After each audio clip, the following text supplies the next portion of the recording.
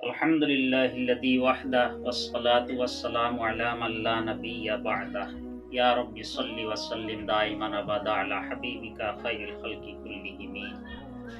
প্রিয় দর্শক, বিশেষ করে যুবক ভাইরা, আজকে আমি যে জিনিস নিয়ে আলোচনা করতে লেগেছি বা শুরু করছি সেটা হলো পহেলা জানুয়ারিকে কেন্দ্র করে আজ যে মুসলিম সমাজের যুবকরা যেভাবে সারিবদ্ধভাবে বাদ্যযন্ত্র নিয়ে গান বাজনা বক্স ইত্যাদি নিয়ে মসজিদ মাদ্রাসা আলেম ওলামাদের পাশ দিয়ে এবং সম্মানিত মানুষদের পাশ দিয়ে তারা যে বেরিয়ে যাচ্ছে, এই যে আগামী দিনে যে একটা পরিবেশ তৈরি, যে কি নোংরা পরিবেশ হবে, এই যে সমাজ বিরোধী পরিবেশে পরিণত হবে।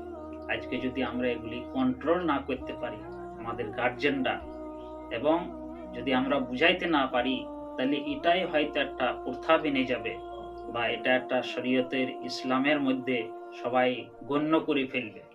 যেরকম শরীয়তে আছে, ইসলামে আছে, আলেম ওলামারা এসব জিনিসকে সমর্থন করে। ওই জন্য আমি বিশেষ করে আজকে এটা বলতে চাই, হে যুবকরা, আমাদের জিন্দেগিকে নষ্ট না করে এগুলি বিদআত, বিদআতের শরীয়তে ইসলামে কোনো স্থান নাই। ওই জন্য আমরা এই পহেলা জানুয়ারিকে কেন্দ্র করে কোনো পিকনিক করব না। এতে দুর্ঘটনা ঘটে, অ্যাক্সিডেন্ট হয়, কত যুবক যুবতী মারা যায় এবং মুসলমান সব, এবং এতে মাল অন্যায় রাস্তায় খরচা হচ্ছে, গুনার কাজ হচ্ছে, হাস্যোজ্জ্বল চেহারা নিয়ে যাচ্ছে এবং তারা একবারে কুৎসিত চেহারা নিয়ে মদ্যপ অবস্থাতে নেশাপায়ী হয়ে তারা বাড়ি ফিরছে। আজকে মা বাপের অবাধ্য হয়ে যাচ্ছে, বড় আফসোস লাগছে, চোখ দিয়ে অশ্রু আসছে এরকম পরিবেশ দেখে যে আজ কি চলছে সমাজে। মুসলমানের যুবকরা আজকে যদি আমরা পরিবর্তন না আনি, আখিরাতমুখী যদি না হই, মওতের ভয় যদি না থাকে, আজকে আমরা নামাজে খাড়া হই, আজকে আমাদের জিন্দেগিটা কোরআনের পিছনে দিই, স্কুলে পড়াশোনা করি, কলেজে পড়াশোনা করি, সাথে সাথে কোরআনের পিছনে দিই, মাসলা মাসাইল শিখি, নামাজ শিখি। আজকে ৬০-৭০ বছর বয়সের আমার বাপ চাচারা সব নামাজ পড়ছেন, তারা নামাজ জানে না, তারা ঠিক মতো সূরা কিরাত জানে না, তারা আফসোস করছে যে আমরা ছোটবেলায় কেন শিখি না। তো সেই আফসোস যুবক ভাই সবারই মধ্যে থেকে যাবে যদি আমরা এইভাবে চলি, আর এইভাবে যদি আমরা সমাজ বিরোধী অন্যায় কাজ, বিদআত কাজ যদি করি। অতএব আমরা এসব বর্জন করি, আখিরাতমুখী হই।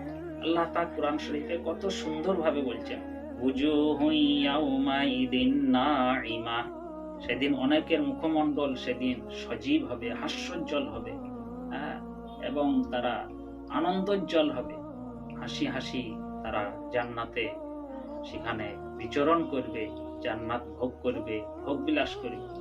আল্লাহ পাক তারপরে বলেন লিসাইহা রাজিয়া, তো নিজের কর্মের কারণে সব সন্তুষ্ট হবে, যে আমরা যে কর্ম করেছি তার ফল পেলাম, সেটা কি জান্নাত। এর দিকে আমরা খুশি করি, আনন্দ করি, এর দিকে আমরা নজর দিই। এই আয়াতের দিকে কত সুন্দর আল্লাহ পাক অফার দিচ্ছেন যে এ ফালিয়াতানাফাসিল মুতানাফিসুন, এর প্রতি আমরা লোভ লালসা করি।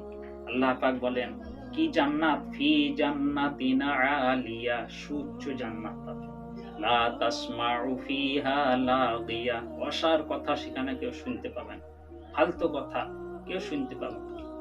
ফিহা আইনুন জারিয়া, সেখানে প্রবাহিত ঝর্ণা থাকবে। ফিহা সুরুরুম মারফুআ, আর সেখানে থাকবে উন্নত সুসজ্জিত আসন থাকবে। আর কি থাকবে, ওয়া আকওয়াবুম মাওজুআ, আর তথায় থাকবে উন্নত সুসজ্জিত আসন এবং সংরক্ষিত পানপাত্র থাকবে। ওয়া আকওয়াবুম মাওজুআ ওয়া নামারিকু মাসফুফা ওয়া যারাবিয়্যু মাবসুসা, আর সেখানে থাকবে সারি সারি বা গালিচা এবং বিস্তৃত বিছানা কার্পেট থাকবে। যুবকরা এই জিনিসের লালসা করি, এ আমার সমাজের যুবকরা বিশেষ করে এই জিনিসের লালসা করি, এর দিকে ধাবিত হই, জান্নাতের আকাঙ্ক্ষী হই, জাহান্নামের ভয় করি, পাপকে বর্জন করি। পহেলা জানুয়ারিকে কেন্দ্র করে আমরা এইসব প্রোগ্রাম যারা করে ফেলেছি তওবা করি, আর যারা করি নাই আগামীতে করব না। সাথী সঙ্গীদেরকে, বন্ধু বান্ধবদেরকে, নিজের কাছের মানুষকে বুঝাবো, অনুনয় বিনয় করে, কাকুতি মিনতি করে। আল্লাহ পাক আমাদের সকলকে আমল করার তৌফিক দান করুন। ওয়া আখিরু দাওয়ানা আলহামদুলিল্লাহি রাব্বিল আলামিন। আসসালামু আলাইকুম ওয়া রাহমাতুল্লাহি ওয়া বারাকাতুহু।